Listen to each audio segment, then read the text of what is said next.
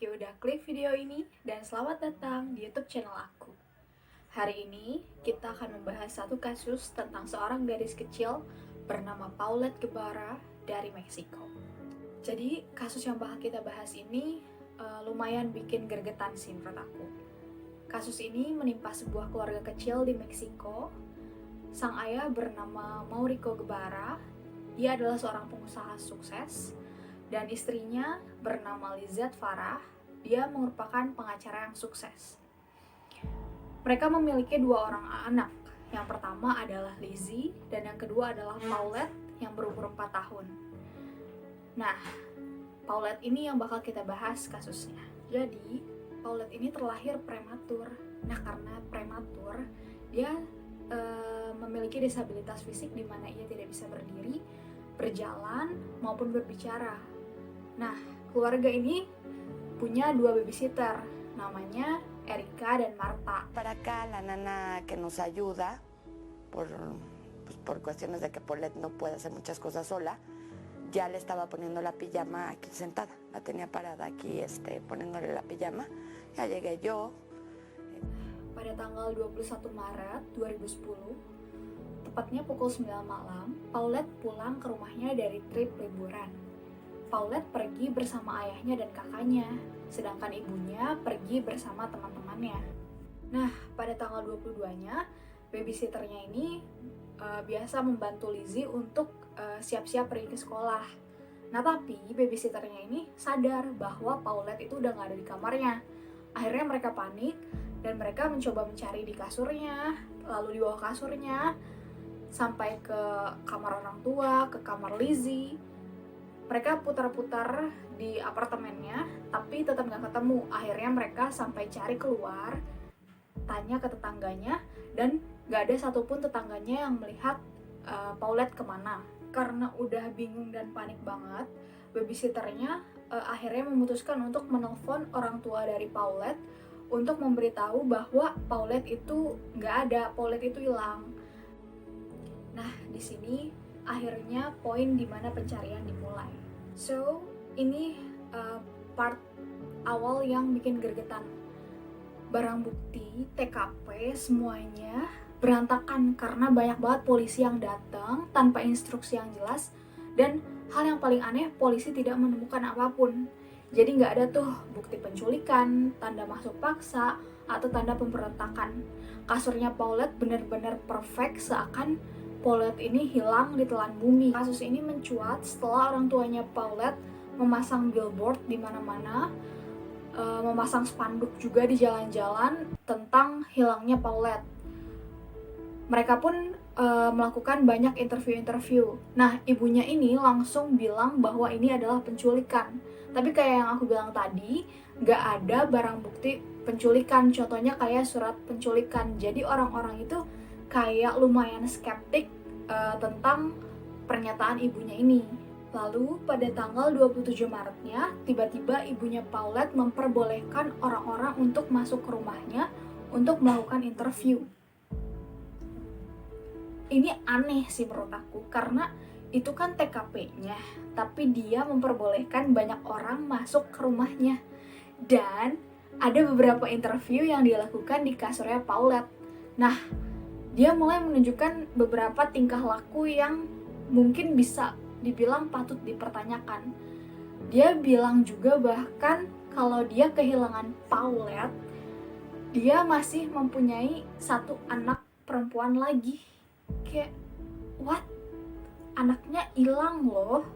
Setelah melakukan interview, polisi akhirnya menyimpulkan satu hal, yaitu antara orang tuanya atau babysitternya yang bertanggung jawab atas hilangnya Paulette.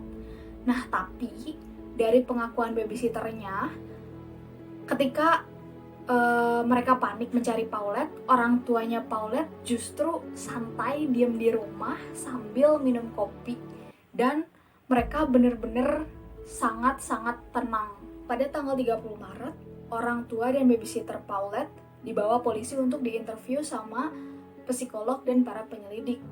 Nah, dari interview ini yang dilakukan oleh para psikolog, mereka percaya bahwa Lizette ini memiliki gangguan kepribadian di mana dia terlihat sama sekali tidak memiliki empati.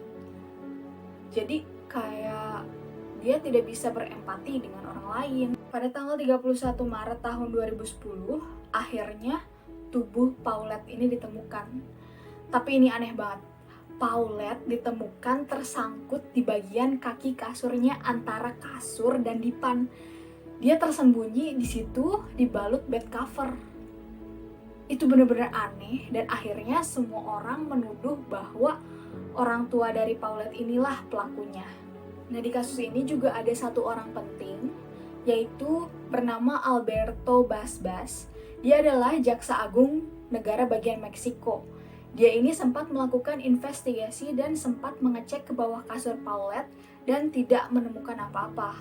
Ketika jasad Paulette ditemukan, Basbas yakin kalau ini kasus pembunuhan. Tapi anehnya, setelah ngobrol sama Mauricio, dia mengatakan bahwa Paulette meninggal pada malam hari setelah dia membalikkan badannya di tempat tidur. Kayak awalnya si Basbas ini bilang bahwa ini kasus pembunuhan, tapi setelah dia ngobrol sama orang tuanya Paulette, dia malah mengambil kesimpulan bahwa Paulette meninggal di malam hari karena dia membalikkan tubuhnya. Akhirnya pada tanggal 6 April 2010, Paulette dimakamkan, namun Mauricio dan keluarganya tidak ada yang datang. Tapi ini bukan puncak kasusnya. Akhirnya terbongkar bahwa polisi yang dikirim hari pertama untuk mencari Paulette tidak melakukan pekerjaan mereka seperti yang mereka bilang. Mereka hanya sebatas mencari apakah ada surat penculikan atau ada pengerusakan di apartemennya dari si Mauricio ini. Kita langsung masuk ke teori-teori kasus ini. Yang pertama, bahwa Lizette membunuh putrinya sendiri karena dia lama-lama mungkin tidak kuat memiliki anak yang memiliki disabilitas. Lalu ia menyembunyikan mayatnya antara di air duct atau di lift sampah apartemennya sambil ia memikirkan apa yang harus ia lakukan terhadap mayat anaknya. Teori ini juga didukung oleh pengakuan salah satu tetangga mereka bahwa lift sampah mereka sempat rusak ketika investigasi Paulette berlangsung. Lalu teori yang kedua adalah Mauricio lah yang membunuh Paulette. Teori yang ketiga bahwa Lizette dan Mauricio lah yang membunuh Paulette. Mereka memiliki problem finansial, jadi orang-orang menganggap bahwa mereka sengaja menyembunyikan Paulette agar mereka mendapat uang donasi dari orang-orang. Dan teori yang terakhir adalah teori dari Basbas yang dijadikan sebagai alasan kematian official dari Paulette Guevara ini, bahwa Paulette menggeser dirinya sampai dia tersangkut dan terhimpit di kasurnya sampai dia menghembuskan nafas terakhir. Ini kayak kasus yang benar-benar bikin greget sekaligus aneh. Kalian bisa simpulin sendiri apa teori yang mana yang menurut kalian benar. Oke, makasih banget buat kalian yang udah nonton videonya. Jangan lupa buat like dan komen video ini. Jangan lupa juga buat follow Instagram aku, Selina SZ02. See you on next video.